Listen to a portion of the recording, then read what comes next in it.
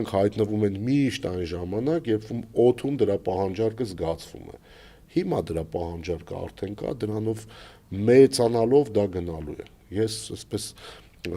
պեսիմիստական սցենարների կողմնակից չեմ երբեք ու միշտ գտնում եմ, որ ցանկացած իրավիճակումց էլ որոշակի ելք կա, խնդիրը ելքը լավն է թե վատն է, կարելի է ավելի լավը անել, թե ավելի վատը անել։ Տարբեր հասարակություններ նման ճանապարհով անցել են